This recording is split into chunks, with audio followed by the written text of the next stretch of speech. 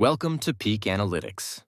Today, we're going all in on the incredible, roller coaster life of Jimmy Swaggart, the Pentecostal televangelist, gospel music legend, and one of the most polarizing figures in Christian history. This guy's story is a wild ride. Think fiery sermons that shook souls, gospel albums that sold millions, global crusades, and scandals that rocked the world.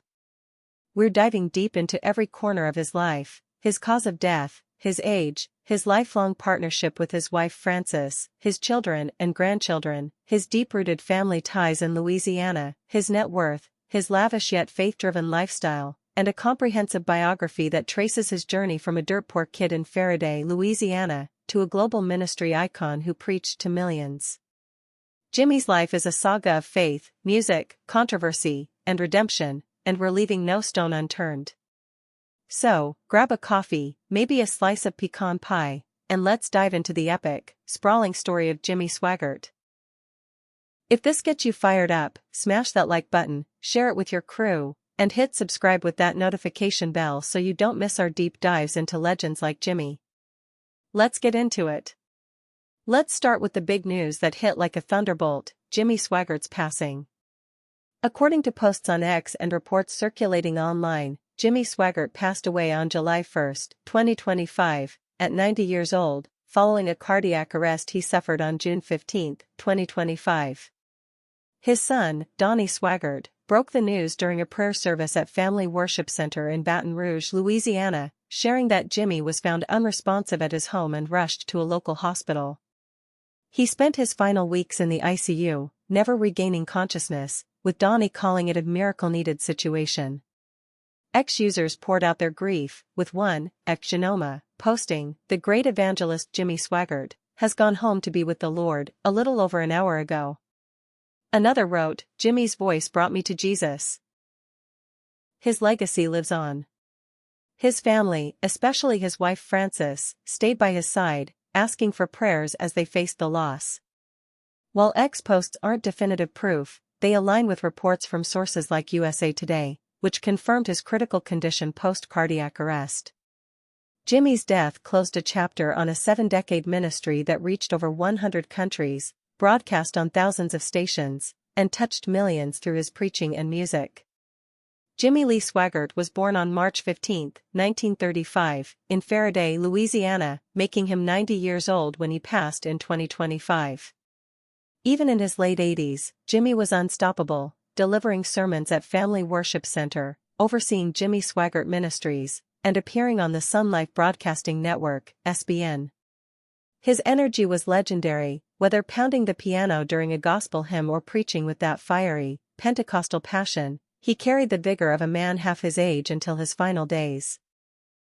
Let's talk about his family, starting with his wife, Frances Swaggart, the backbone of his life and ministry. Jimmy married Frances Anderson on October 10, 1952, when he was 17 and she was just 15.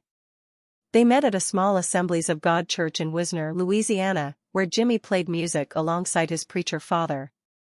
Frances has been his unwavering partner for 69 years, standing by him through the highs of global fame and the lows of public scandals.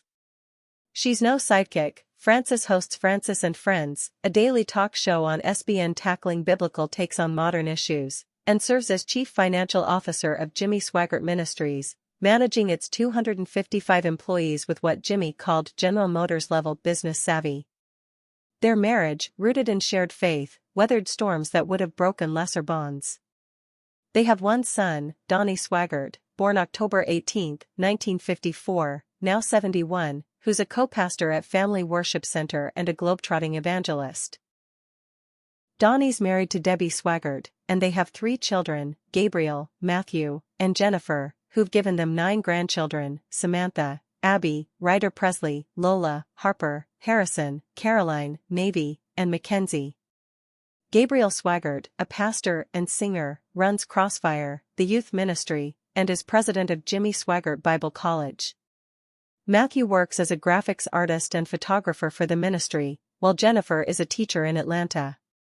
X-fans admire the Swaggart family's unity, with one posting, "Frances held it down for Jimmy through everything, true love and faith." Jimmy's family roots are pure Louisiana.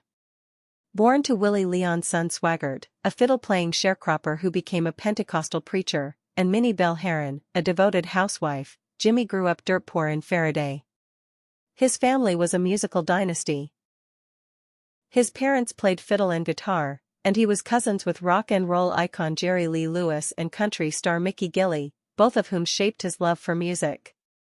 The Swaggart-Lewis-Gilley clan was tight-knit, with tangled ties. Jimmy's maternal uncle, Elmo Lewis, married Minnie's sister, Mamie, making the family like a big, tight ball of rubber bands, as Jimmy once put it. He had a younger sister, Jeanette Ensminger, who passed away in 1999. Raised in tiny Assemblies of God churches in Faraday and Wisner, Jimmy was immersed in Pentecostal worship from childhood. At 8, a revival meeting sparked a mystical experience where he spoke in tongues, setting his life's course. By 9, he was preaching on Faraday's streets, a pint-sized evangelist with a big voice. Now, let's talk money. Jimmy Swaggart's net worth at the time of his death is estimated at $10 to $12 million, a fortune built through televangelism, gospel music, book sales, and a sprawling ministry empire.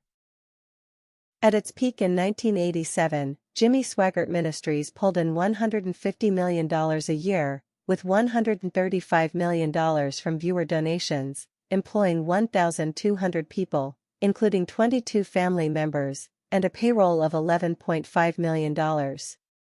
His TV shows, The Jimmy Swaggart Telecast and A Study in the Word, aired on over 3,000 stations in the 1980s, reaching millions weekly. The Sun Life Broadcasting Network, launched in 2009, broadcasts to over 80 million potential viewers across 104 countries, and Sun Life Radio operates on 78 stations. Jimmy's music career was massive. He recorded over 50 gospel albums, selling 17 million copies worldwide, with hits like I'll Never Be Lonely Again earning a 1980 Grammy nomination for Live from Nashville. He authored about 50 books, including the Expositor's Study Bible, which sold over 1 million copies, and wrote for the Evangelist magazine for 50 years.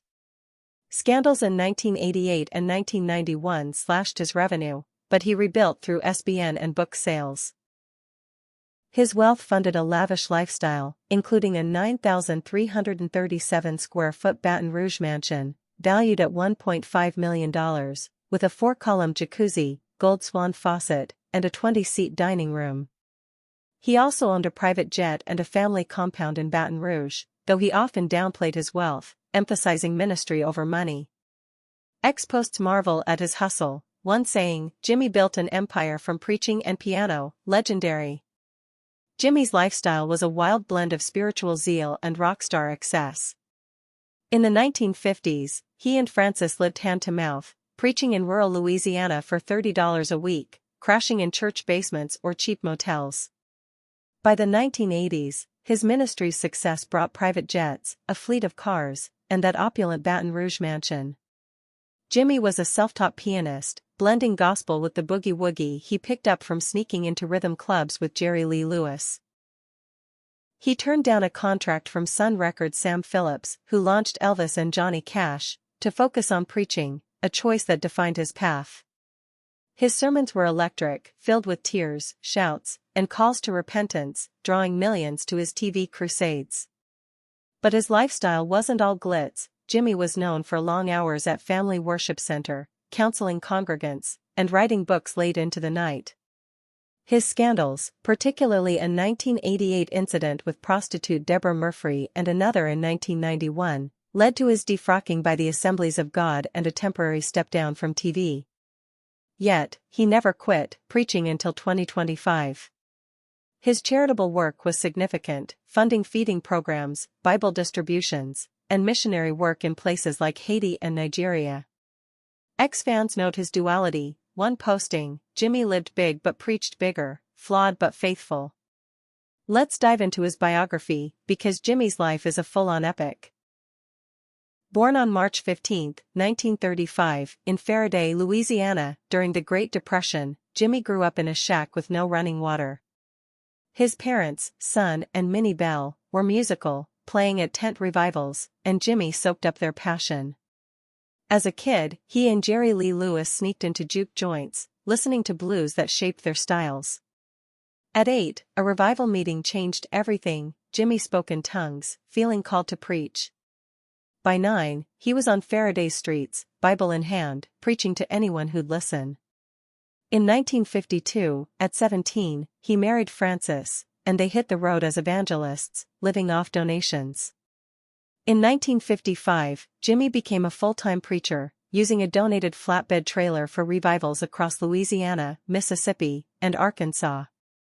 By 1960, he was recording gospel albums for Jim Records, blending soulful piano with heartfelt vocals.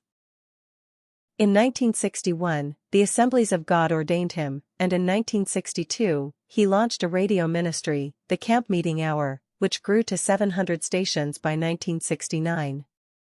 In 1971, Jimmy started a 30-minute TV show in Baton Rouge, which became the Jimmy Swaggart telecast by 1973, syndicated on hundreds of stations.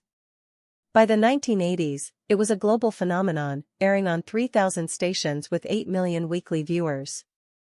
In 1984, he founded Jimmy Swaggart Bible College, which peaked at 1,500 students in 1987. His crusades packed arenas in Argentina, Brazil, Russia, and South Africa, with 100,000 attending a 1987 New Orleans event. But the 1988 scandal with Deborah Murphy, exposed by rival Marvin Gorman, was a gut punch. Jimmy's tearful "I have sinned" confession on February 21, 1988, became iconic, leading to a 3-month TV suspension. A 1991 incident with another prostitute further dented his ministry, dropping his TV reach to 500 stations and revenue to $60 million. Frances and Donnie rallied the faithful, and Jimmy rebuilt, launching Sun Life Radio in 1995 and SBN in 2009. He wrote over 100 books, including commentaries on every Bible book, and preached weekly at Family Worship Center.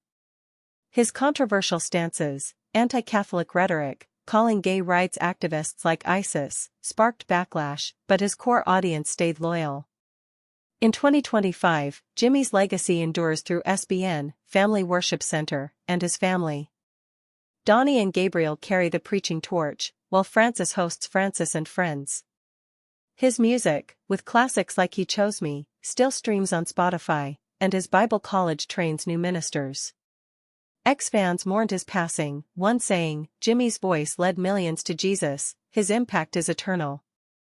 From a Faraday kid to a global evangelist, Jimmy's life was a testament to faith, flaws, and redemption. What's your favorite Jimmy Swaggart moment? His soulful hymns, his tearful comeback, or his global crusades? Drop it in the comments, and let's keep the vibe alive. Hit that thumbs up, share with your friends, and subscribe for more epic stories. Hit that bell, and I'll catch you in the next one.